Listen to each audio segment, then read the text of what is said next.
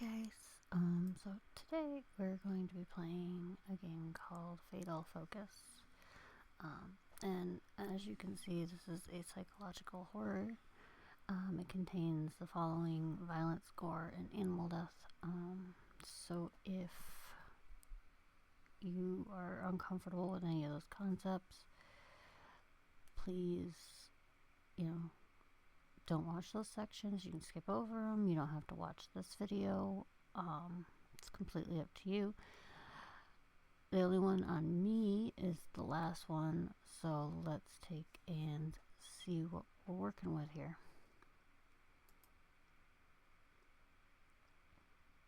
Okay. And new game. When you're an artist, you must push yourself to create.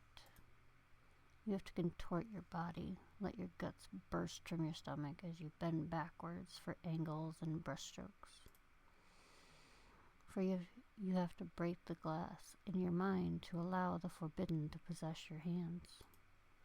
You have to break what's already been created to make something even more meaningful. You have to destroy something for your art. You don't know if it'll be your canvas or yourself.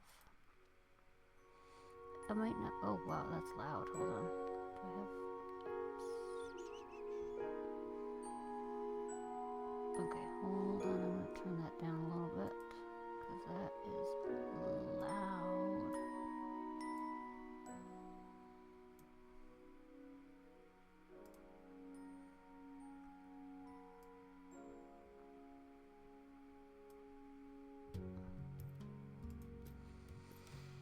Okay. I might not be breaking my body today, but I am breaking my routine.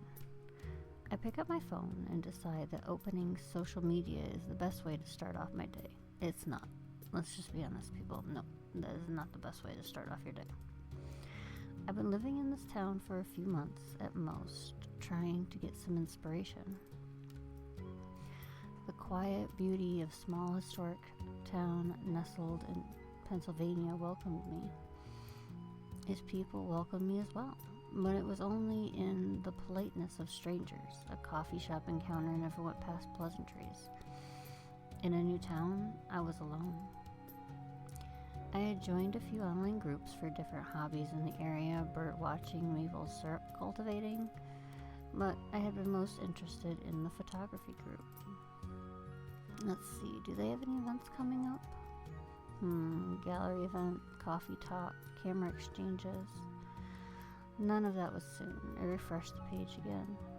A new post popped up in my feed. It was for a photography walk in the borough.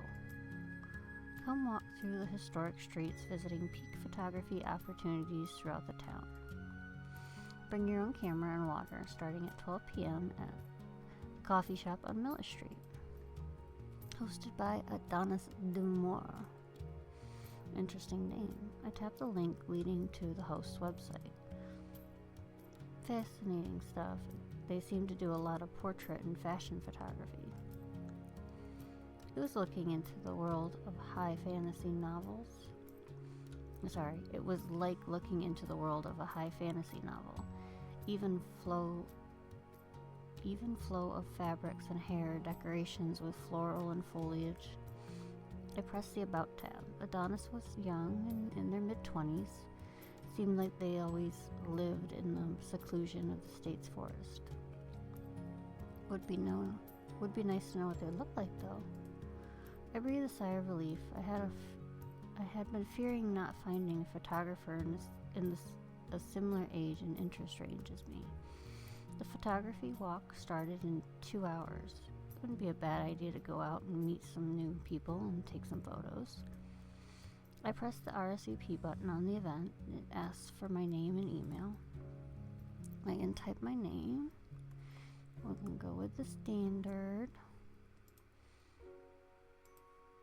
I type out SJ for the name box and my email for the other. The RSVP has been confirmed. I placed my phone back on my nightstand and set up to stretch.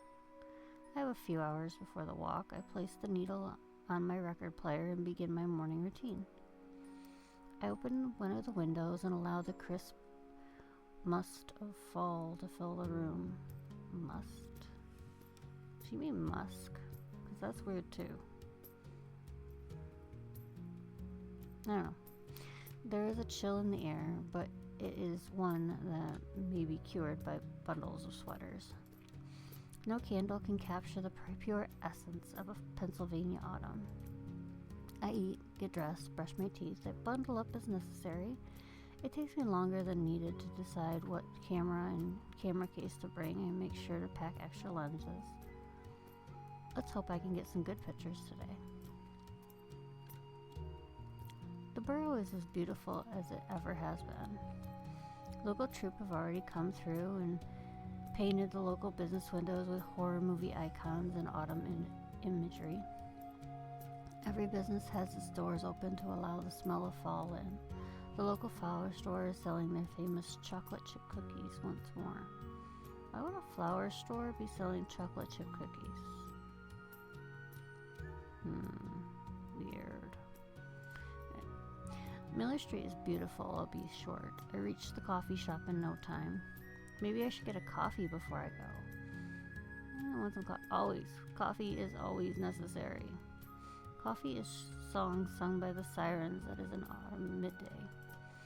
I step into the coffee shop. Scattered among the seats are various patrons.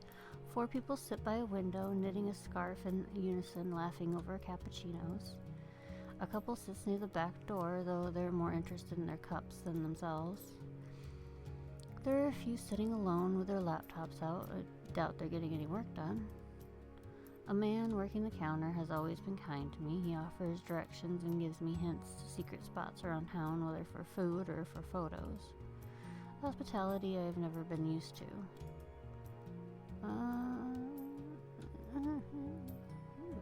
Soy muy. Let's go. It's cold out. I'm going with black coffee. Might be good to order something basic. I order a black coffee. My eyes glance over the food options, pastry, sandwiches, a bowl of fruit. The fruit looks rotten. I swear I spot a fly crawling into a hole in a piece of cantaloupe. Ew. Excuse me? Huh? What's up? There are flies in one of those cups. I'm sorry to point it out. Sorry. It's best not to mention the rot. The barista leans over the counter and grabs a plastic bowl to examine it. These are perfectly fine otherwise. Maybe we should close the door. Fine? Are my eyes wrong? Thank you for catching this, though. Don't worry about paying for your drink. This is my fault. But it's not your fault. There's nothing I can do. My order is taken, and I've swept away to stand by the counter near the entrance, waiting for my drink to be made. The breeze outside offers a warm backdrop to the idle chit-chat of other patrons. I do my bit of people watching, and only now notice other patrons standing, waiting for a drink. They're leaning against the wall, fiddling with a lace cuff on their sleeve. It looks like they have a camera bag on their person as well. Could they be going on the photography walk as well? I slowly approach them and give them a wave. Hello. They slowly look up from their hands and scan my entire body. S.J.? How did you know my name? Sorry. You have a camera bag on you, so I assume that you were the single person who signed up for my walk today.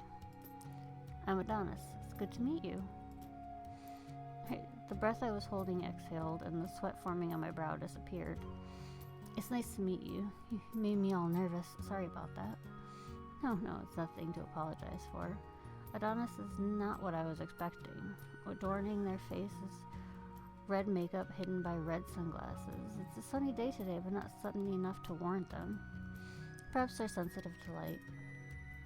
Something about their clothes makes them seem older than they look.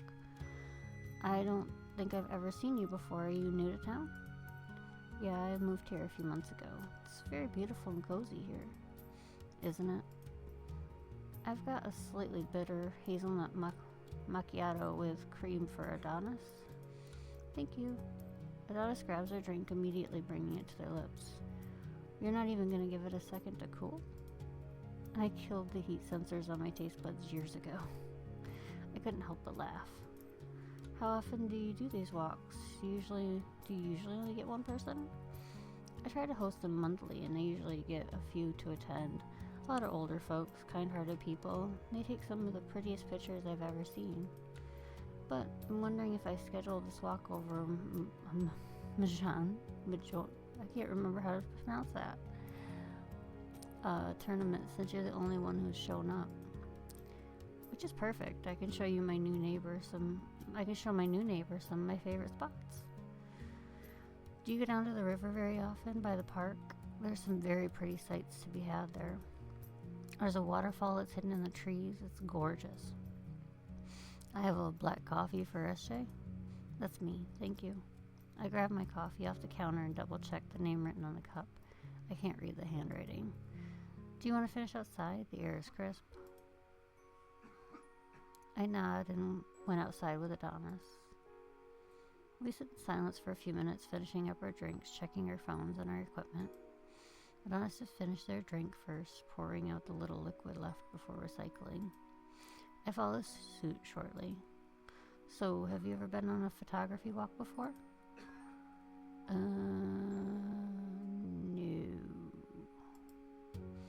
Photography walk is basically a walking tour. The only difference is the camera in your hands is more than just your phone.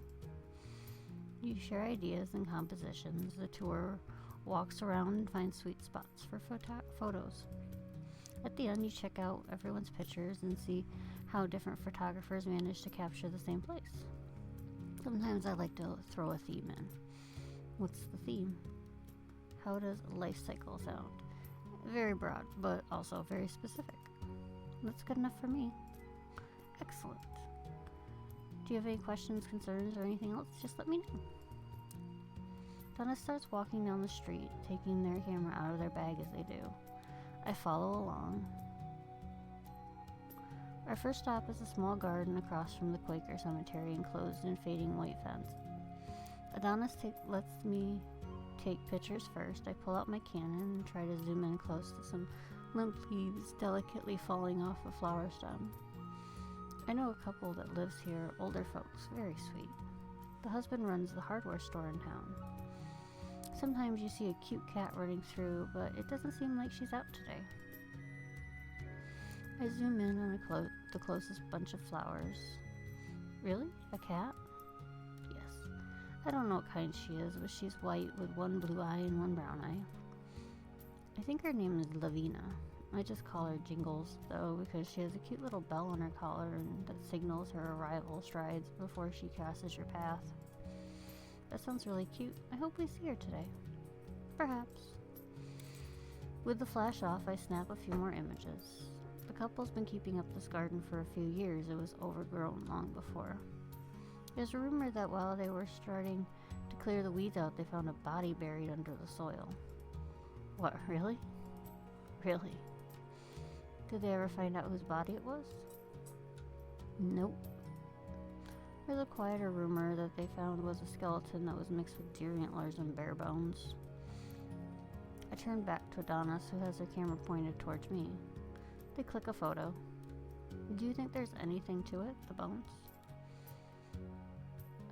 They ask me if I believe the skeleton was tampered with. I don't know. Let's go with the skeleton was real.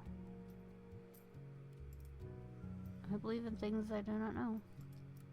Maybe there's an actual deer man who walks among us. Adonis laughs. I agree with your first statement, but I don't think I believe the second.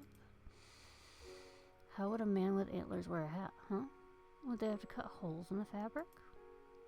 Would it not be uncomfortable with the natural curve of the answers, making it difficult to put it on and take it off? I feel it would be an inconvenience is all. You know those adjustable straps on ball caps? They could use those. Perhaps. It sure would make it difficult to walk through doors. And going through them sideways probably feels awful. I just know it. Dallas lowers his camera and places it back in their bag. We should continue. You know this garden exists. Adonis continues walking and I follow along. There was another cemetery with a decaying metal fence. Walking along the perimeter is a black dog with its nose buried in fallen leaves. Oh, hi. I lean down and snap a few pictures of the dog, which doesn't seem to flinch at my camera shutter. Oh, hello there. Adonis crouches and reaches out to the animal, but they do not pet it. What are you doing here? It's light outside. They run their hand over the pavement before it descends into dirt. Squirming among the fresh dirt and soil are worms, which follow the crease in Adonis's hand. They hold their palm facing the sky and bring it towards the dog. Now, there's no one who will be stealing from the graves at this time of day. Did you just want a snack? The dog, with his eyes clouded over like watered down milk, looks at Adonis as if it's thinking of a rebuttal. Instead, it closes its eyes and begins to lick up the feast of vermin. Okay. I cannot help but observe. I feel slime at the tip of my tongue, slowly finding its way down my throat. I wipe the taste from my own mouth. Did you just appear for a treat? The dog only makes chewing and slurping noises. Well, you're allowed for revealing yourself to our new neighbor. The dog finishes his meal. Adonis allows themselves a few scratches behind his ear. And before I can say anything else, it runs off and disappears behind the tombstones. Ghost dog? I look in disbelief. Quickly, I go to check the photos I had just taken. Each one shows a metal fence and dead leaves scattered across the grass. There was no dog. Everything all right, SJ? It's not there. You expected to capture footage of the black guards of the graveyards? They seem serious. I suppose not. I feel as if I'm being pulled along the street as Adonis wipes their hands of dirt and continues walking. I follow along. Adonis takes me to an abandoned white building near the forest. Vines and leaves crawl up the walls, framing haphazard painted graffiti in late-stage decay. What was this building meant for? It used to be a beer store. The building has been abandoned for a few years. Now you're going to tell me that it closed down because someone died in there, or that there's some spectral figure roaming the building? And it keeps barking at passersby that it craves beer, some beer that no longer exists. Adonis laughs. Nothing like that. They ended up moving locations to a smaller store near the strip mall. There aren't a lot of beer drinkers in the area who enjoy the drink past a bottle or two for sports events. It got overtaken by the general wines and spirits store instead. I may love ghosts and local legends, but this is not one of those tours. Does an organization give ghost tours in town? The Cultural Society hosts a few during Halloween. Some of the homes do historic house tours around Christmas time. It's quite nice. You should come to one soon. My home is visually on display then. It was built in the early 19th century by a carriage maker. How strange. Why bring me here?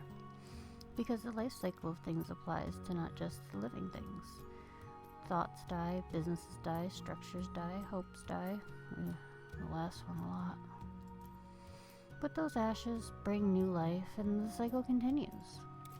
I snap a few photographs of different angles, some showing the sky, the building, some focusing on the foliage. Adonis has their camera out, but their lens falls onto me. I assume the pictures they are taking are for promotional material for future walks and think nothing of it. We finish our photography in silence. Adonis takes off. I look back at the abandoned building and I swear I see a figure standing in the broken window and moving. I follow along. Adonis and I arrive at the forest-turned park at the edge of town. The autumn air tastes better than in the borough. I stick my tongue out to get a better scope of its taste. Autumn tastes like spiced whiskey and cinnamon, like ginger and bread and vanilla essential oil. Under my tongue is the remnants of nutmeg. You don't get this anywhere else. Appalachia is a stone's throw from here. We have our own old magic. We walk along the river for a few minutes, stopping every so often to take pictures. So, Adonis? Yes, SJ. Want to new moon? Let's go. How long have you been a photographer? I have been a professional photographer for about 7 years. When I was younger, my grandfather showed me some of the...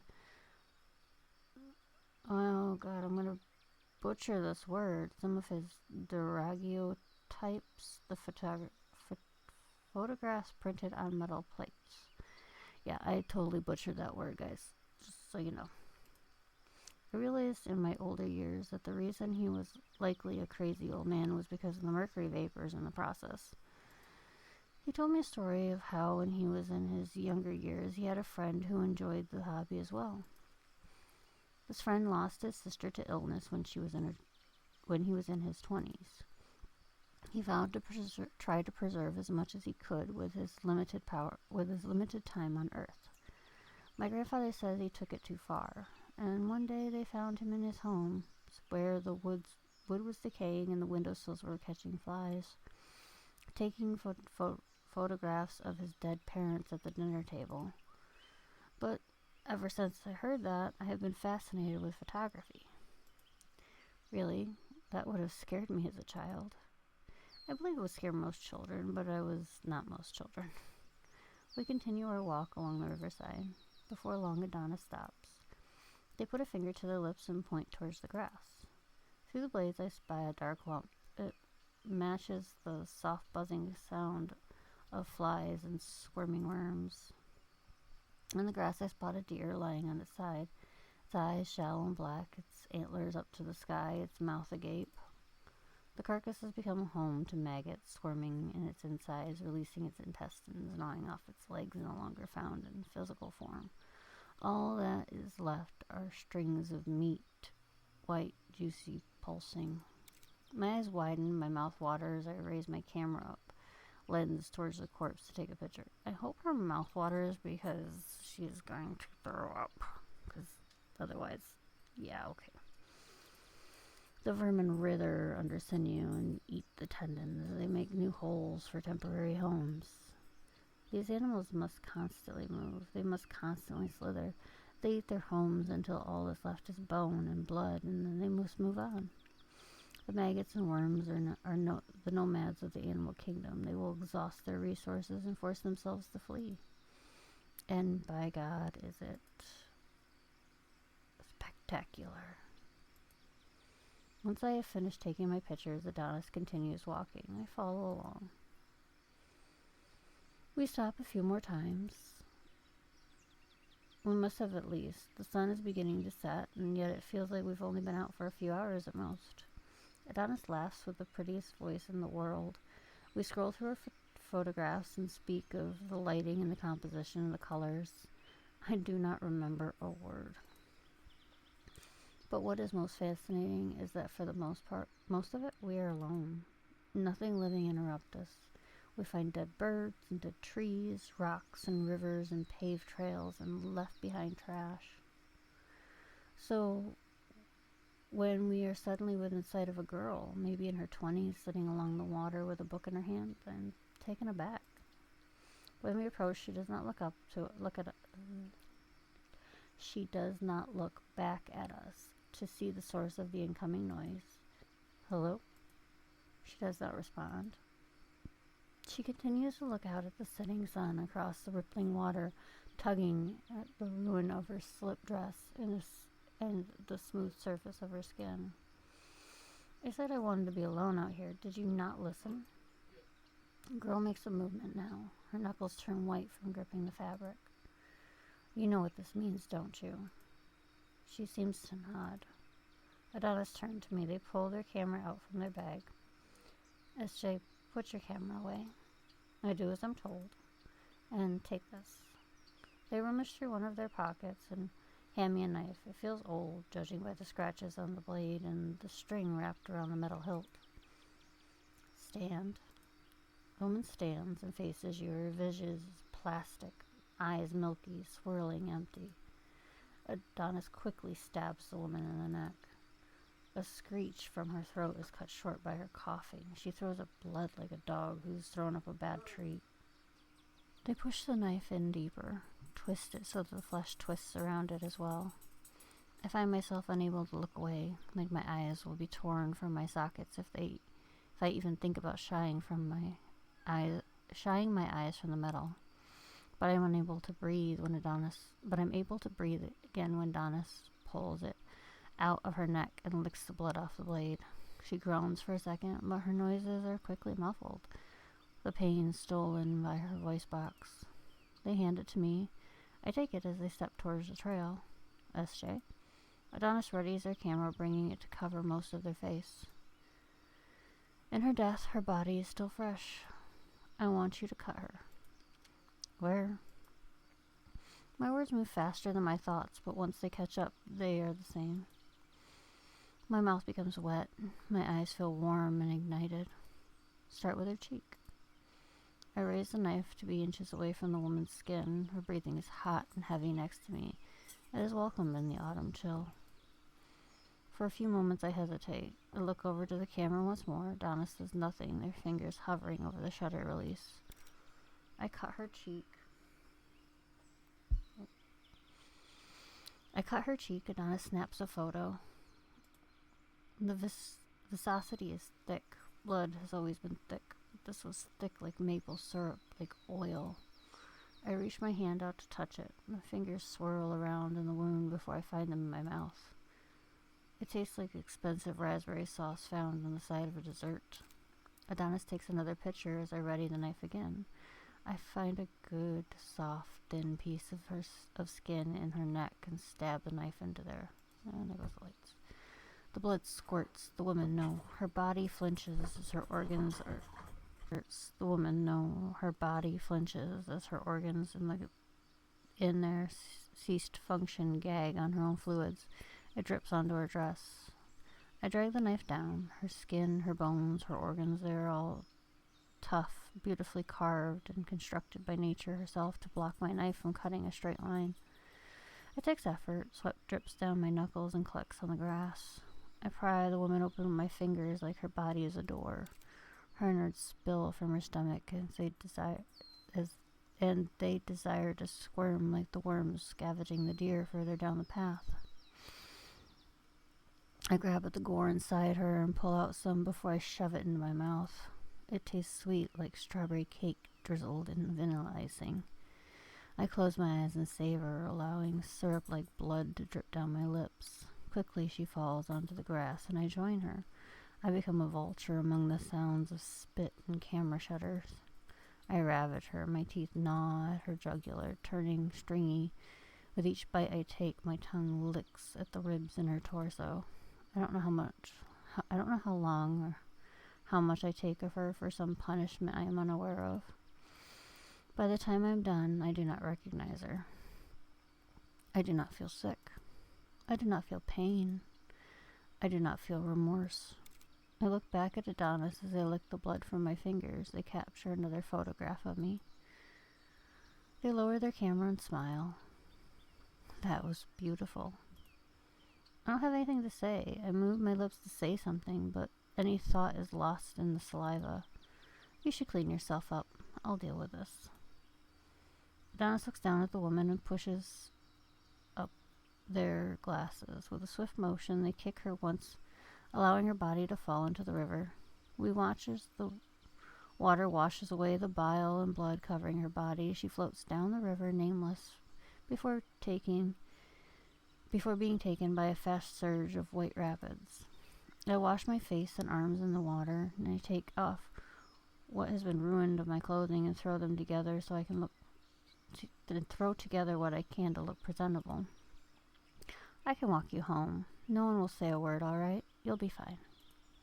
I nod, and we begin taking the path back to town.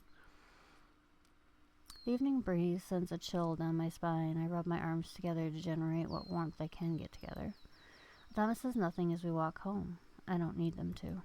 The town is quiet. Everything shuts its doors around 7 o'clock. There's not a soul on the sidewalk nor a vehicle on the road. I feel satisfied with today's walk, and something in me wants to do it again. Oh, that was the end. Okay. So, yeah. I don't know if we were cannibal to begin with, or if something happened during that walk. That was weird. I don't know. Maybe if you choose a different coffee? I don't know. Anyway, that was Fatal Focus, and I will leave a link to it in the description. But I'm pretty sure that's all there is to it. It wasn't very much. Maybe if you, like I said, there's a couple different things you can try. There was a couple different options, so maybe those changed the ending. I'm not sure, but you can always check it out for yourselves. All right. I will see you all on the next one later. Bye bye.